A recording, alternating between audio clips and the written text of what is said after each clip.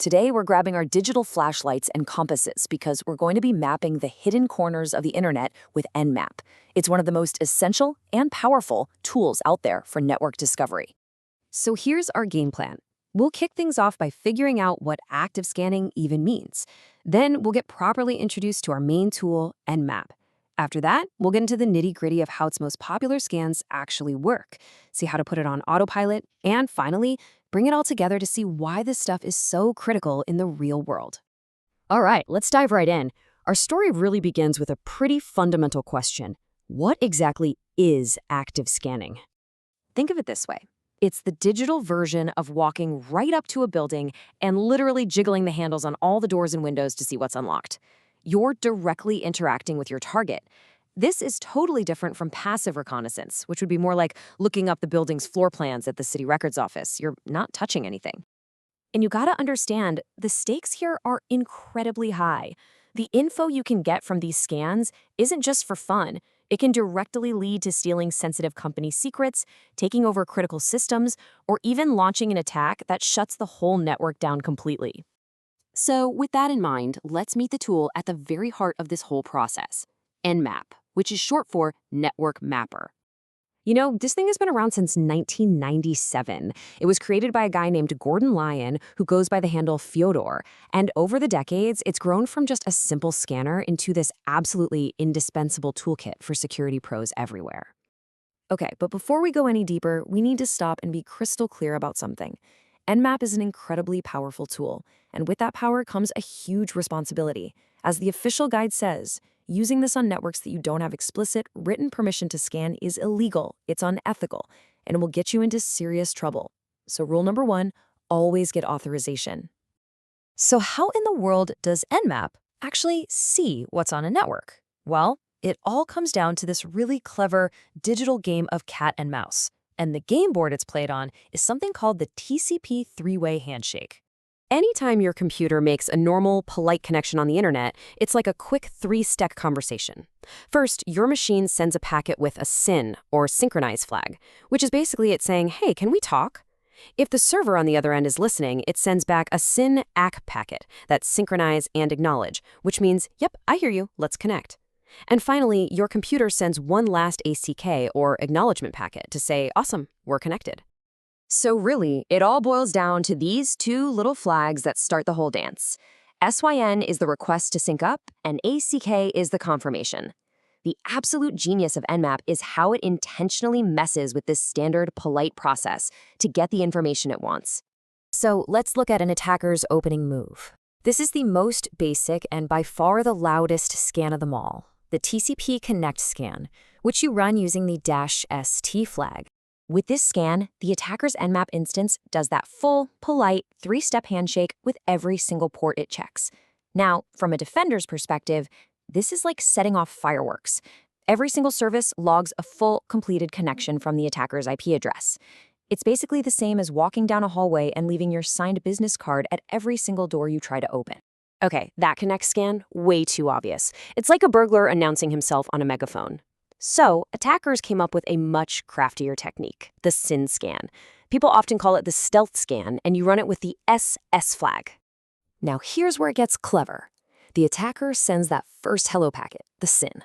The server, being polite, replies with hello back, the SYN-ACK. But right then, instead of finishing the handshake, the attacker's machine sends a packet with an RST or reset flag, which just slams the door on the connection. Because it never fully connected, it often slips past the application's own logs. But don't be fooled, modern defense systems see this pattern a mile away. They'll spot one IP address starting, but never finishing, thousands of conversations, and the alarms will start blaring. And that right there is the whole magic trick behind the so-called stealth scan, the RST, or reset flag. It's the packet that just abruptly terminates the conversation. It's the digital equivalent of hanging up the phone right after someone says hello. But hey, not everything on the internet uses that polite TCP protocol. So attackers also have to scan for UDP services using the SU flag. UDP is different. It's connectionless. There's no handshake at all. And this makes scanning really tricky. An open UDP port might just ignore you and not send anything back. A closed port, though, will often reply with an error message. And for a defender, that's the clue. A sudden storm of these error messages coming from their own network is a huge red flag that a UDP scan is happening. And if you look at a typical UDP scan result, you'll see exactly what I mean. Because an open port might not say anything at all, Nmap can't be 100% sure. So you'll see a lot of ports marked as open pipe filtered, which is Nmap's way of saying, hey, this port is either open or there's a firewall just silently dropping my packets on the floor. Look, finding the open ports is really just the beginning. That just tells you where the doors are. Now it's time to figure out what's behind those doors. And for that, we need to give Nmap a brain, using the Nmap scripting engine. Honestly, the NSC is a total game changer. It takes Nmap from being just a port scanner and turns it into a smart, automated recon machine. It lets you use hundreds of pre-built scripts or even write your own to do everything from advanced discovery to actually checking for specific known security flaws. And every single one of these scripts follows this really elegant, simple logic. There's a header, which is just some info about what the script is. Then there's a rule, which is a little piece of code that decides if the script should even run. And finally, there's the action, which is what the script does if that rule comes back true. These scripts are all neatly sorted into different categories. So you can choose to run just the safe or discovery scripts to learn more without making a lot of noise. Or, if you're doing a real penetration test, you might fire up the vuln category to actively hunt for vulnerabilities, or even the intrusive category. But be careful, those can sometimes crash whatever service you're testing. This is a perfect example of a simple discovery script in action. In the scan, after Nmap found some open ports, it automatically triggered the whois.nsc script. That script then went out to public internet records to figure out who owns the IP address range for the target. It's adding another critical piece of intelligence to the puzzle, all in one automated step. Okay, so we've looked at all these moves and countermoves in this digital cat and mouse game. But why does any of this actually matter? Why should you care about these techniques in the real world? Well, the answer is pretty simple. It doesn't matter if you're on offense or defense, Nmap is absolutely fundamental. The cats, the penetration testers, and red teamers use Nmap as the very first step in almost every job they do. It's how they map out the battlefield. And meanwhile, the mice, the security analysts in the Security Operations Center, are spending their days writing rules specifically to catch the exact scan types we just talked about, so they can get an early warning that an attack is coming.